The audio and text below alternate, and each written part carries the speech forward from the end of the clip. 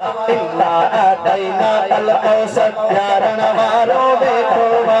प्यारण वारो बेटोवा कदन तू जो बेड़ा पुटदो कदन तू जो बेड़ा पुटदो छोजो तारण वारो बेटोवा तारण वारो बेटोवा इन्ना अतैना कल कौसर प्यारण वारो बेटोवा प्यारण वारो बेटोवा इन्ना अतैना कल कौसर प्यारण वारो बेटोवा प्यारण वारो बेटोवा सुभान अल्लाह। हजरत जाबिर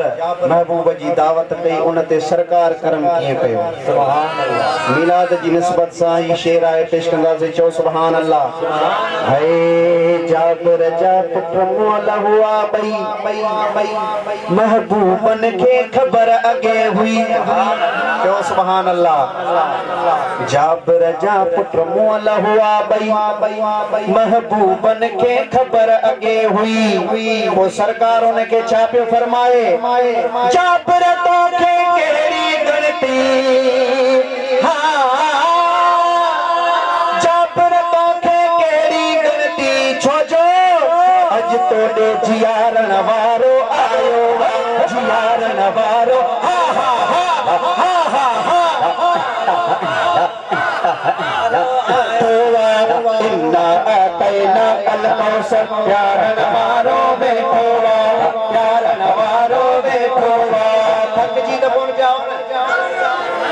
जेकॾहिं महबूब सां मोहब्बत हूंदई त आशिक छा थो फरमाए महबूब तो ते कहिड़ो करम कंदो थींदी इज़त बुलंदी तुंहिंजी बाह में जान न जलंदी तुंहिंजी हाय थींदी इज़त बुलंदी तुंहिंजी बाह में जान न जलंदी तुंहिंजी दोज़ख वारी बाह खे बिल्कुल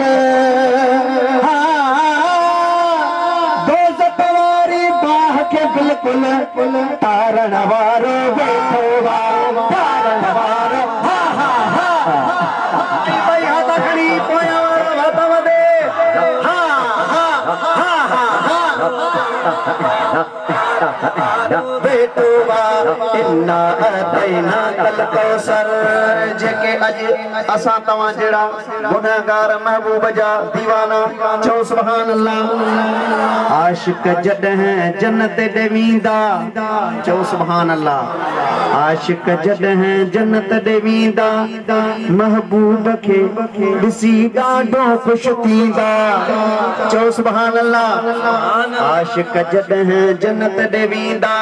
महबूब ॾिसी ॾाढो ख़ुशि थींदा चवंदा प्यार असांखे आहे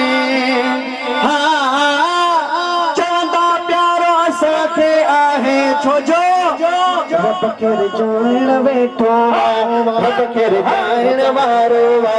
इन्ना अतैना कल कौसर प्यारण वारो वेठो प्यारण वारो वेठो इन्ना अतैना कल कौसर प्यारण वारो वेठो प्यारण वारो वेठो